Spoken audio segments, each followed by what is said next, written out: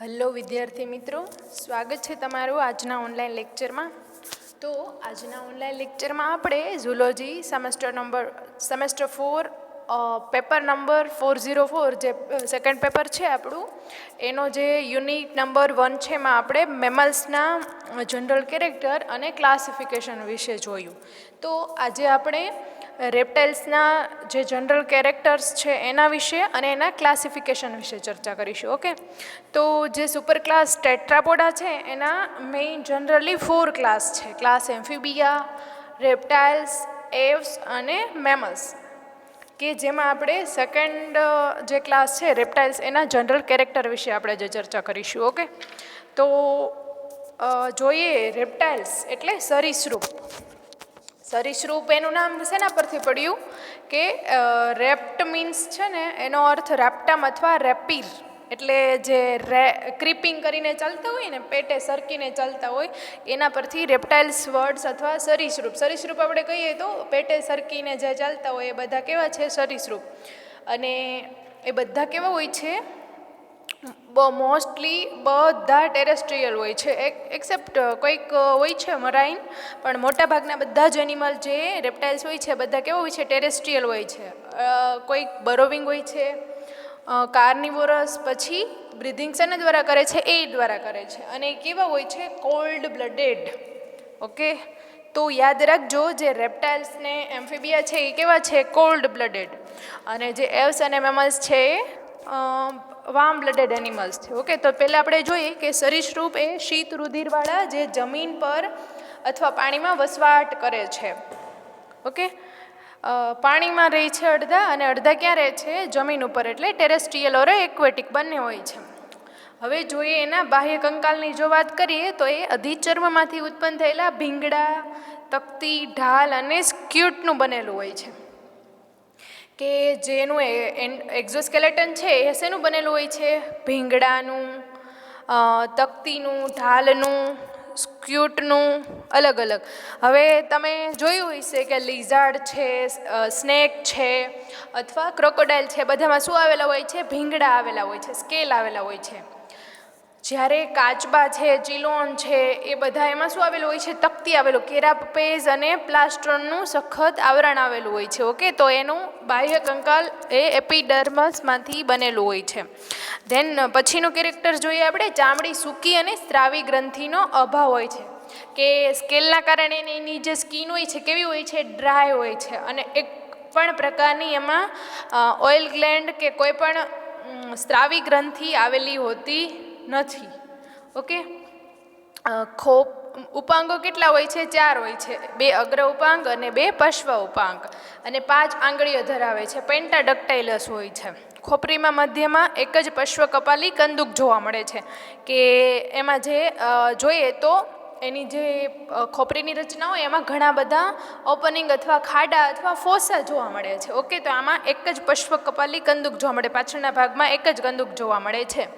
હવે એની સર્ક્યુલેટરી સિસ્ટમની જો વાત કરીએ તો હૃદય છે એ કેવું? અપૂર્ણ ચતુષ્ખંડી છે, એટલે કે 4 ભાગમાં વિભાજિત છે પણ અપૂર્ણ, એમ નો 3 કહી શકીએ, નો ફૂલ્લી 4 કહી શકીએ. ઓકે, સંપૂર્ણ 4 ખંડોમાં વિભાજિત હૃદય શેમાં જોવા મળે? ખાલી મગરમાં જ જોવા મળે છે.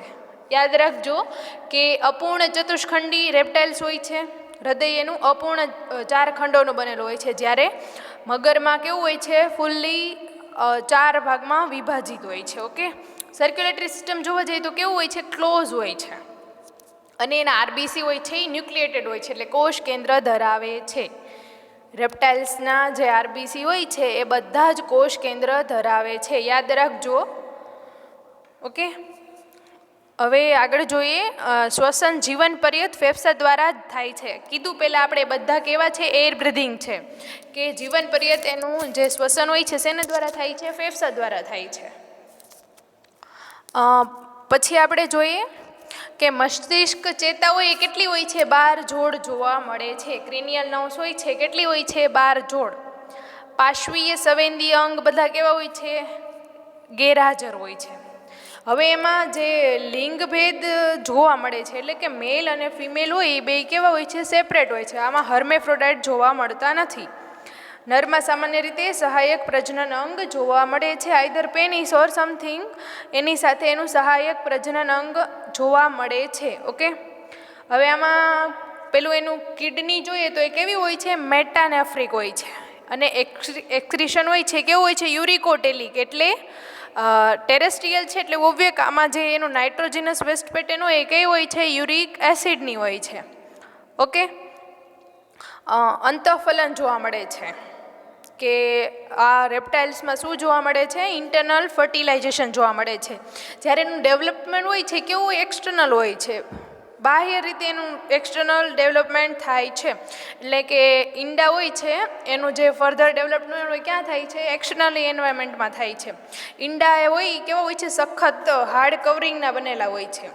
અને મોટાભાગના રેપ્ટાઇલ્સ હોય છે બધા ટેરેસ્ટ્રીયલ હોવાથી એ જમીન ઉપર જ ઈંડા મૂકે છે.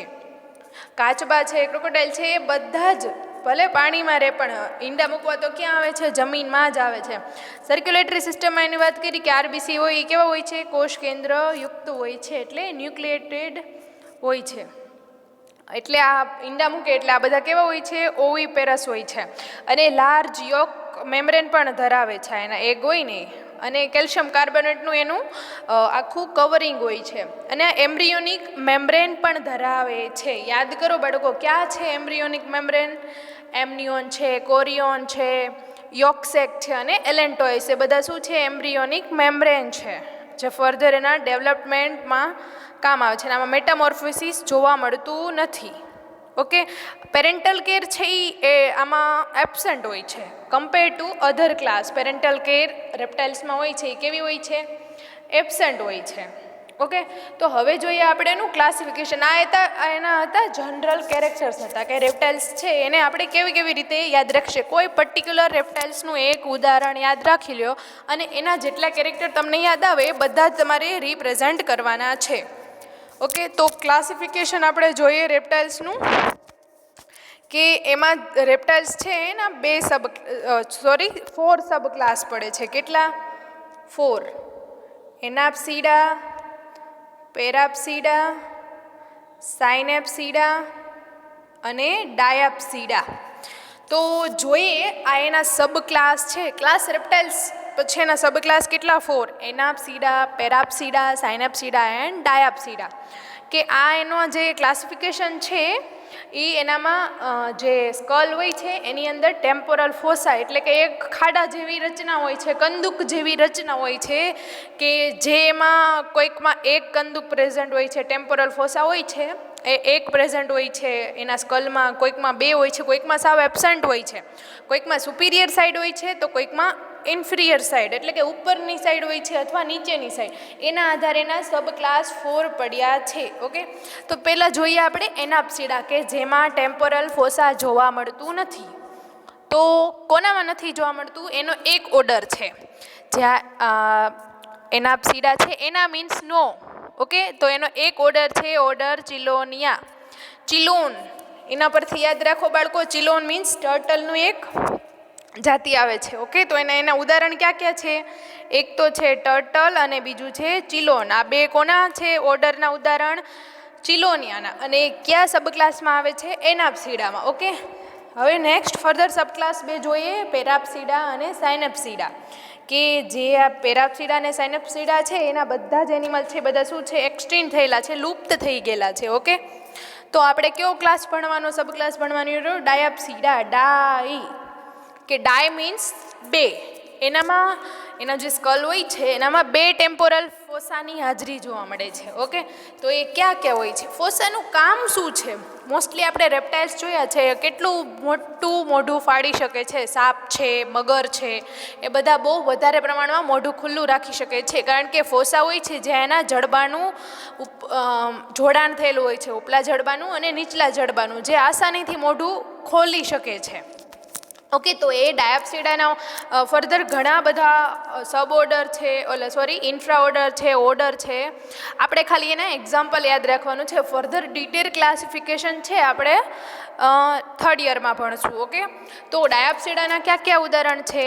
એક તો છે લિઝાર્ડ, ગરોળી, સ્નેક, ક્રોકોડાઇલ અને સ્ફિનોડોન. સ્ફિનોડોન છે એ શું છે? જોડતી કડી છે, યાદ રાખજો. આ બધા ઉદાહરણ કોના છે? બધા છે ડાયાપ્સિડાના ઉદાહરણ છે. ઓકે, તો આ ક્લાસિફિકેશન હતું કોનું? રેપ્ટાઇલ્સનું. ક્લાસ રેપ્ટાઇલ્સના કેટલા સબ ક્લાસ પડે છે? 4. એનાપ્સિડા, પેરાપ્સિડા, સાયનાપ્સિડા અને ડાયાપ્સિડા. એમાંનું જે પેરાપ્સિડા અને સાયનાપ્સિડા છે એ એક્સટિન્ક્ટ છે, એટલે એના વિશેનું ફર્ધર કંઈ ભણવાનું આવતું નથી. તો કયા કેટલા સબ ક્લાસ વધ્યા? 2. એનાપ્સિડા એન્ડ ડાયાપ્સિડા. એનાપ્સિડામાં એક ઓર્ડર છે ચિલોનિયા, અને એના 2 ઉદાહરણ છે, ટર્ટલ અને ચિલોન. જ્યારે ડાયાપ્સિડામાં ફર્ધર ઘણા બધા ઓર્ડર પડે છે. આપણે ખાલી સબ ક્લાસ સુધી જનું ક્લાસિફિકેશન કરવાનું છે આમાં. ઓકે, તો ડાયાપ્સિડાના ઉદાહરણ ક્યાં ક્યાં છે? લિઝાર્ડ છે, સ્નેક છે, ક્રોકોડાઇલ છે એન્ડ સ્પિનોડોન છે. ઓકે, તો થેન્ક યુ.